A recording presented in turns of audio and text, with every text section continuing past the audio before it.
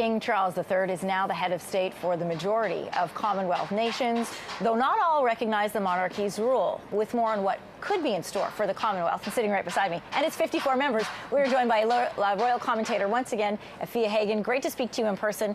We are going to compete a little bit with the scaffolding that's coming down on the Victoria Monument behind me. I don't know if you can hear the banging, but just to let you know that that's what that is. In November, Afia, Barbados declared it was establishing a republic. This is when, of course, the late monarch was still with us. They were cutting ties with the crown, but they were going to remain a member of the Commonwealth. Is the passing of the Queen the excuse that several countries might have been waiting for to exit? Oh, absolutely. I think a lot of countries felt that they were going to wait till the end of the reign of Queen Elizabeth II before they decided what to do next. I think they were okay with, perhaps, having Queen Elizabeth II as their head of state, but as we go into a new era, it's time for them to go into a new era as well. Jamaica, prime example, when the new Prince and Princess of Wales were there earlier on this year when they did a royal tour. They also went to Belize. You know, you had pretty much the government saying to their faces, we're out. We're so that was the scene. This is what I wanted to ask you about. In Jamaica, with the world's cameras there, Prince William, now the Prince of Wales, and Catherine were there, and to their face, the Prime Minister says to them, we are leaving. That is quite a statement. Quite a statement. We will have a referendum, we will see what the people say, and it's more than likely that they will remove King Charles III as head of state.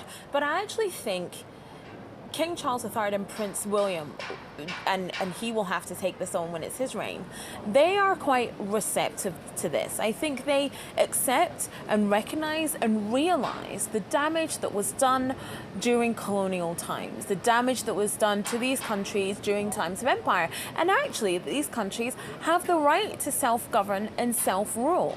And I think a lot of countries will take the opportunity to do that. This conversation comes up a lot, although not in every circle. But I will tell you that there are people who I've had the conversation with. The crown jewel seems to be the focus for a lot of people from Commonwealth nations. A crown of stolen jewels, they call that. And that's just one of the symbols. We're talking about artwork. We're talking about money and reparations for slavery.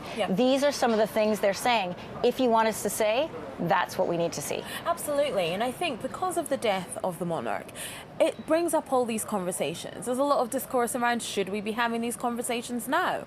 If we don't have them now, when are we going to have them? As we enter this transition period and into a period of a new monarch, these are things that he's going to have to take on. So we need to have these discussions. Of course, we have them nuanced and we have them in a respectful way, but you're absolutely right. A lot of people saying artifacts, crown jewels should be returned to which the countries that they were taken from forcibly, they should be returned. And I think that's an argument that King Charles III is going to have to genuinely and seriously and tangibly listen to. This is something that was so important to Her late Majesty the Queen. It was key and central for her. She made it a priority.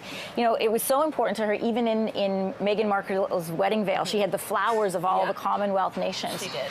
So will they have the same relationship with King Charles? That remains to be seen. It remains to be seen. Look, the Queen grew the Commonwealth from 7 countries to 54, 55. We had Rwanda and Namibia joining recently. Yes, the Commonwealth is very important, but I often say the Commonwealth, the wealth is not common. It's not evenly split. It's not you know, advantageous to everybody within it. So King Charles III has got his work cut out to keep it the way it has been. The wealth is not common. I'll remember that. Afia Hagan, thank you so much for this. Hey, thanks for watching. If you liked this, be sure to subscribe here, or you can check out more Your Morning videos right here.